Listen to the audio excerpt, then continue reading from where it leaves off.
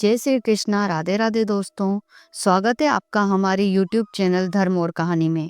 आज की वीडियो में हम जानेंगे कि बछबारस क्यों मनाते हैं और कैसे मनाते हैं, इसकी पूजा विधि क्या है और इसकी कथा। भाद्रपद मास की कृष्ण पक्ष की द्वादशी तिथि के दिन बछबारस का पर्व मनाया जाता है। इस दिन पुत्रवती स्त्रियां अपने पुत्र के स्वास्थ्य और लंबी उम्र के लिए गौमाता से प्रार्थना करती है और बछड़े वाली गाय का पूजन करती है। इस दिन चाकू से काटी गई वस्तुएं, गेहूं, जौ और गाय के दूध से बनी चीजों का सेवन निषेध होता है। एक दिन पहले ही रात्रि को बछबारस के लिए मूंग, मोट, चने और बाजरा भिगोकर रख दिया जाता है। उसे भिजोना कहते हैं। इस वर्ष बछबारस की पूजा एवं व्रत 20 अगस्त 2025 बुधवार के दिन किया जाएगा। क्यों मनाते हैं बछबारस? हमारे आराध्य श्री कृष्ण को गायों से बहुत प्रेम था। उन्होंने गौ सेवा के महत्व को लोगों को बताया और गाय को माता कहकर उसकी पूजा को प्रतिपादित किया। भगवान श्री कृष्ण स्वयं गायों की सेवा किया करते थे। उनके गायों के प्रति इस प्रेम को देखकर स्वयं कामधेनु ने बहुला गाय का रूप लेकर नंद बाबा की गौशाला में स्थान लिया था। भगवान श्री कृष्ण का एक नाम गोपाल भी है। इस दिन पहली बार भगवान श्री कृष्ण गायों और बछड़ों को चराने के लिए गए थे। माता यशोदा ने श्री कृष्ण को खूब सजा धजा कर और पूजा पाठ कराकर इस दिन गाय चराने के लिए भेजा था। उनके साथ उनके बड़े भाई बलराम भी थे। श्री कृष्ण उनके साथ गायों और उनके बछड़ों को लेकर चराने के लिए गए थे। इसलिए इस दिन सब लोग गौ पूजा करके भगवान श्री कृष्ण द्वारा दिए गए गौ सेवा के संदेश को सम्मान देकर इसे एक पर्व के रूप में मनाते हैं। अब आगे जानते हैं कि बछबारस की पूजा कैसे करें, इसकी पूजा विधि क्या है। बछबारस के दिन पुत्रवती स्त्रियां व्रत रखती है और गाय बछड़े की पूजा करती है। बछबारस से एक दिन पहले रात्रि को बछबारस के लिए मूंग, मोट, चने और बाजरा भिगोकर रख दिया जाता है।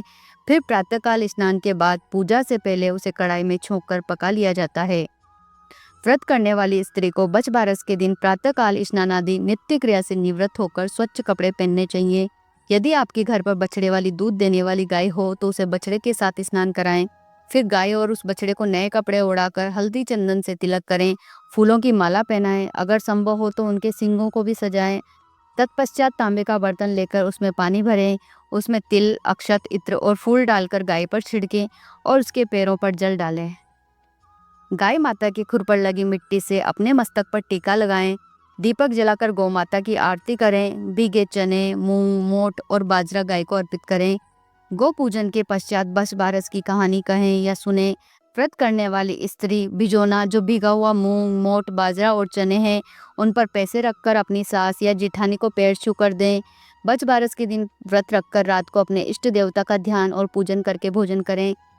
इस दिन भोजन में गेहूं और जौ नहीं खाना चाहिए और ना ही गाय के दूध से बनी किसी वस्तु का सेवन करना चाहिए। साथ ही चाकू से कुछ भी नहीं काटना चाहिए, न ही चाकू से कटी किसी वस्तु का सेवन करना चाहिए। इस दिन सब्जी भी काटना वर्जित है। अगर आपके घर पर बछड़े वाली गाय न हो तो आपके घर के आसपास जहाँ भी बछड़े वाली गाय हो वहाँ इसी विधि से पूजा करें। पूजा के बाद उसके लिए दक्षिणा भी रखें। यदि आपको बछड़े वाली गाय न मिले तो भी आप यह पूजा कर सकते हैं। उस परिस्थिति में आप गीली मिट्टी से गाय और बछड़े की प्रतिमा बनाकर उपरोक्त विधि से उनकी पूजा करें। अब जानते हैं बछबारस की कहानी। प्राचीन समय की बात है। एक गांव में एक सास और बहू रहा करती थी। सास बहुत ही धार्मिक थी। नित्य प्रतिदिन मंदिर जाना, पूजा पाठ करना, गौ सेवा करना, यह उनकी दिनचर्या का महत्वपूर्ण काम था। उसकी बहू भी बहुत आज्ञाकारी थी। जो भी उसकी सास कहती वो बिना प्रश्न किए उस कार्य को संपादित कर देती थी। उनके पास एक गाय और बछड़ा था। उस गाय का नाम था गेहूला और उसके बछड़े का नाम था जोला। दोनों सास बहू उस गाय और बछड़े से बहुत प्यार करती थी और खूब मन लगाकर उनकी सेवा भी करती थी।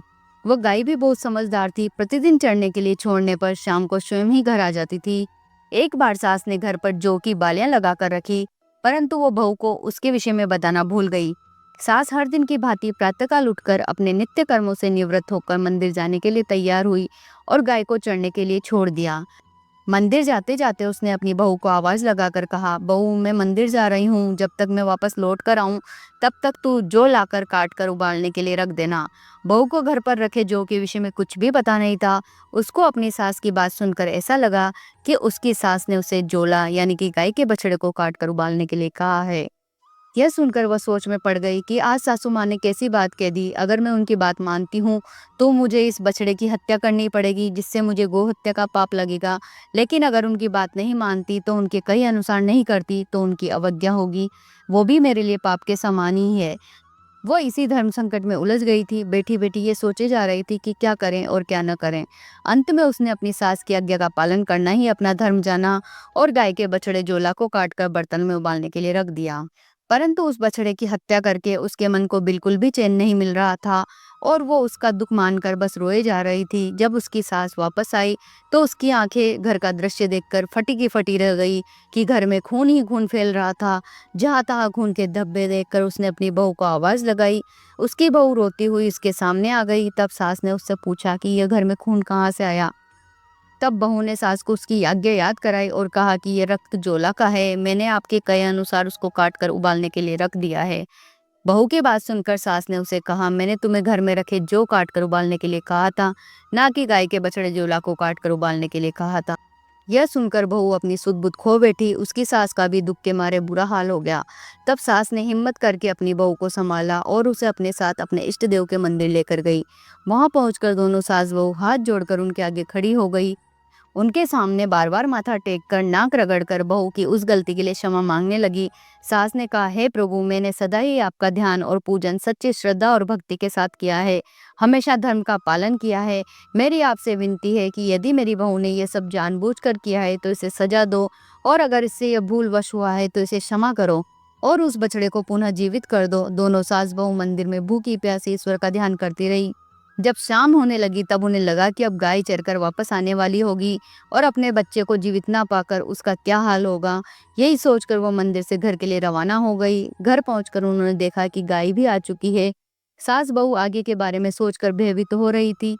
तभी जैसे ही गाय रंभाते हुए घर की तरफ बढ़ी, उसका बछड़ा घर के अंदर से दौड़ता हुआ अपनी माँ के पास आ गया। यह देखकर सास बहू दोनों विस्मित हो गई और बार बार ईश्वर का ध्यान करने लगी, ईश्वर को धन्यवाद देने लगी। तब उन्होंने घर आकर उस गाय और बछड़े की खूब सेवा करी। तब से स्त्रियां अपनी संतान की रक्षा और लंबी आयु के लिए बचबारस का व्रत और पूजा अर्चना करती है। आपको यह कहानी कैसी लगी? आप हमें कमेंट करके जरूर बताएं। जय गौ माता।